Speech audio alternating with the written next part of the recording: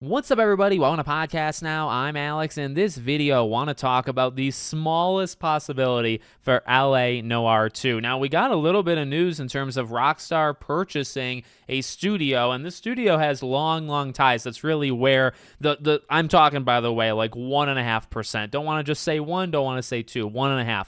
1.5% hope that maybe we could actually get some more stuff in the LA Noire universe. So this is a studio, Video Games Deluxe, that you might have heard of before. Now they're simply just Rockstar Australia. They renamed them, but this is a studio that kind of was a spin-off after all of the stuff with Team Bondi, after all of the stuff with the Horror of the Orient that kind of fell through, right? All of that, 2011, 2013, I think was the other game. All of that jazz. This is kind of the spin-off studio that came from it, and this studio ends up doing the re-release of LA Noire. They do the VR file one, and they also didn't do that GTA trilogy, but they were the ones that patched it up after the disaster that was it. So this is a studio that's been around for a long time. They're bringing back the head, the game director that did LA Noire. He has returned. Now, he has quite the controversy. In fact, I'm kind of seeing nothing but that online. You look at all these articles of, they buy a studio and they bring this guy back.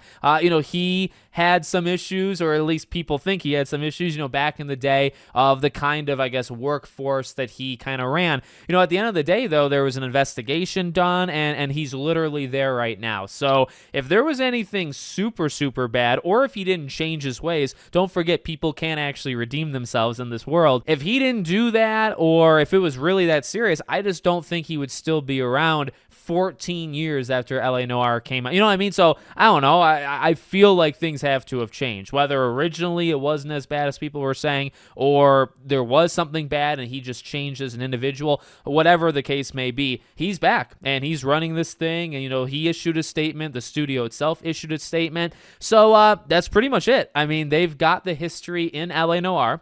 They have the history in kind of doing re-releases. So those are the two paths, I feel like, right? Like, he's got ties to LA Noire. And they did, again, the remaster, and they also did the VR thing. But then also they helped the GTA trilogy type thing. So I wonder, are they a support studio? Could they do like a GTA 4 type remake situation, which, we've heard a lot about in the past couple of years, but we've heard that it probably wouldn't happen until after GTA 6. So could they do something like that? Because they've got experience with both, right? They've done the remaster type thing before, but they've also worked, they also have ties to a legitimate property that's in the Take-Two folder, right? So could they do something, with that franchise going forward? Though, to me, it's really just those two options. I feel like a remake, remaster type port studio, which there's nothing wrong with that, by the way, or doing like an LA Noire 2. The thing is, I don't know. I love that game personally. It's going to always be one of the most special games, of my lifetime.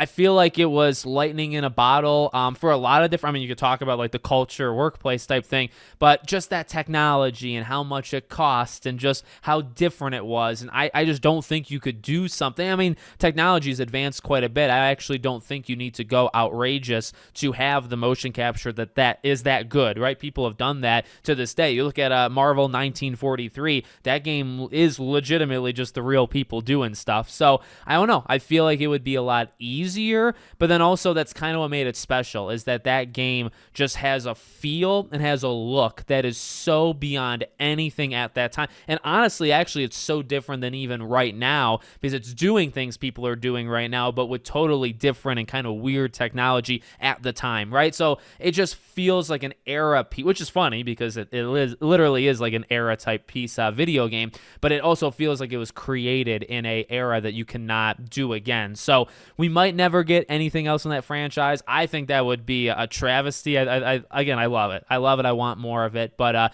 this is, I would say, the biggest piece of hope that we've gotten in years and years. Even though there's nothing officially announced, they do say I think they're working on a game. So we don't really know what that game is, but they're working on something, right? I'll keep my eyes peeled. I'll let you guys know if I see anything. Let me know what you think. Make sure, as always, you're subscribed to the channel, bell icon turned on, and I hope to see you all on the next one.